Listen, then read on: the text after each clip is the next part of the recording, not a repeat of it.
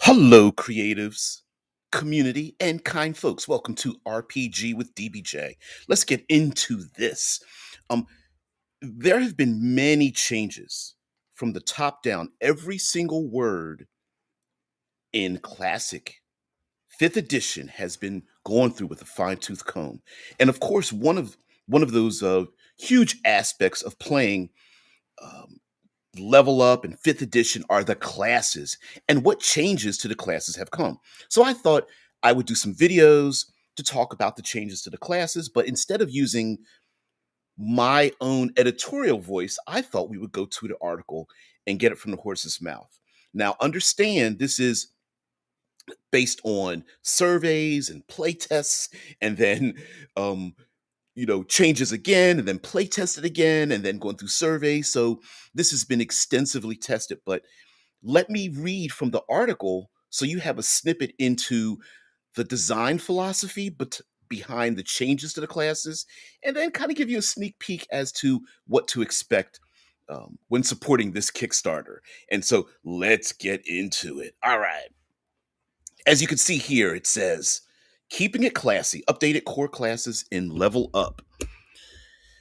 A quick note on terminology. In the context of this article and ones like it, O5E means original 5E, the version of 5E that you'll find in the 5th edition rules. A5E is shorthand for advanced 5E, which refers to level up.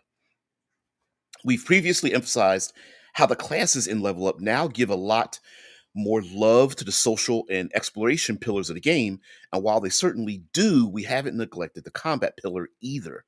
Several of the classes got a more extensive combat pillar overhaul than the others, though, and below we'll be discussing both the changes and what the benefits from those changes will be for your games. Much of this information hasn't gotten a lot of proverbial airtime because it's more in depth than what can be squeezed into an infographic. But this is also some of the most impressive design work that the team has produced, so get ready for some exciting revelations. It's notable that even this is more of a highlight reel than an exhaustive breakdown. With a dozen updated classes and the new martial class, to say nothing of rebalanced spells, feats, and magic items, there's much more that's been rebalanced than just what's in this article. All right, now we're going to talk about the Warlock just for today. Here, and we're going to get back to this, here we have a breakdown of the classic Eldritch Blast. But we'll get back into that. We're going to skip past that. Listen, I'll give up the ghost at the end of the video. All right, quote, the Eldritch Blast was changed because its identity is to be a creepy power unique to warlocks, not something people can grab on the cheap, such as a feat or one level dip. Changing Eldritch Blast from a cantrip into a feature allowed us to give it more versatility without adding new cantrips to other classes. Besides having a choice of how you use Eldritch Blast from first level, we also wanted to add more invocations for further customizing the blast.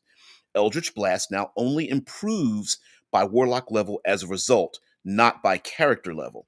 And that's by Josh Gentry, lead designer of the Warlock class. All right. The O5E Warlock was a pretty awesome class to begin with, and its highly modular nature lined up better with the design sensibilities of Level Up than a lot of the other classes. So it's perhaps a bit surprising that even with those considerations in mind, it's probably one of the most improved classes in the game, especially when you consider the rebalancing effect the changes have on multiclassing. The first notable change is that while Warlocks are still a short rest caster, their spells run on a pool of points rather than a tiny number of spell slots. This does a couple of good things. The first is that it gives a Warlock PC a lot more flexibility and a bit more to do between rests than their O5E counterparts. Being able to use a small number of points on a low level utility spell and still have some resources left if you really need to blast something is both an upgrade to mechanical versatility and in play variety of playing a Warlock. Having the spellcasting run on a class specific resource also means that you need to use the Warlock's spellcasting to actually cast your spells rather than as a quick pool, recharging pool of sorcery points or fuel for divine smite like it was tempting to do in O5E. Another significant change is that Eldritch Blast is no longer a cantrip, but rather is a class feature of the Warlock. This also has multiple positive effects. For one thing, making it into a class feature gives the designers more flexibility to explore new forms of Eldritch power, and Eldritch Blast now comes in four distinct forms, all of which behave differently, as you can see in the snippet from the rules above. And we'll get back to it, okay? Anyway, let's continue. As a class feature, it improves by Warlock level, not by character level, which keeps players from dipping a level of Warlock or using a feat for one of the best sources of long range damage in the game. Notably, now it doesn't even have to be a long range source of damage if that's not what you want for a particular character. Though the old version is still there for you under the name Eldritch Ray if you prefer that option. This change means that, among other things, the old Paladin Warlock combo that was deadlier in combat in both melee and at a distance than most other classes is no longer a thing, though you can make a single class Warlock with the ability to operate effectively at a variety of ranges quite easily thanks to the new options. In fact, Pact of the Blade Warlocks now get the ability to use their spellcasting attribute for weapon attacks and damage as part of that Pact boon, rather than that benefit being limited to a specific subclass. And that spellcasting attribute can now be intelligence, wisdom, or charisma to better represent a person that might be in service to a specific patron and the nature of that relationship. And I hope this part of the article, I know it's going a little bit in depth. It's a little bit of how the sausage is made, but I hope that explains quite a bit. Now, I did say I would give up the ghost on the end of this video, so let's get into what this new Eldritch Blast is, or shall we say, more specificity, and as Level Up has promised, more choice and diversity in creating your character. So here we go. Eldritch Blast. At first level, you learn to use your patron's power as a weapon, blasting enemies with an eldritch force that defies even the laws of magic.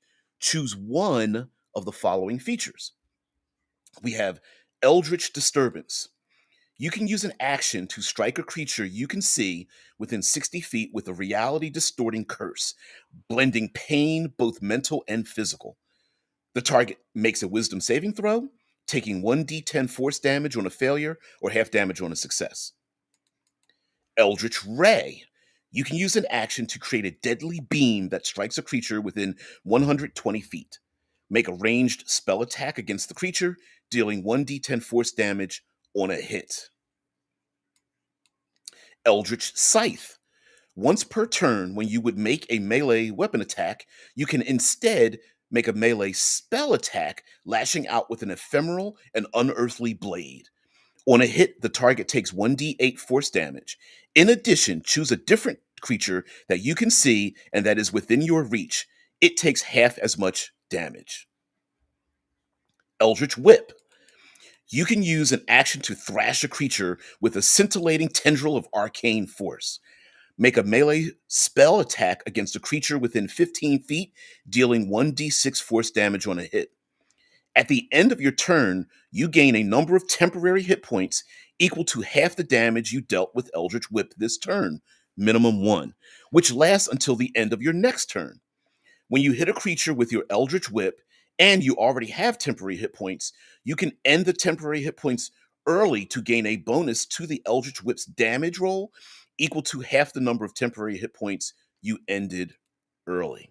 And so these are the four um, optional categories under the class feature Eldritch Blast. And as was said before, now that it's a class feature, it operates under the Warlock level, and then there are invocations that can modify these abilities. So instead of just modifying the O5E Eldritch Blast, now you have four options, and then you can modify those four options. So anyway, thank you very much for letting me deep dive into this article a bit. I will say that that there are some people who, once they hear what I can't just do a single level dip, they're going to be pretty pissed off.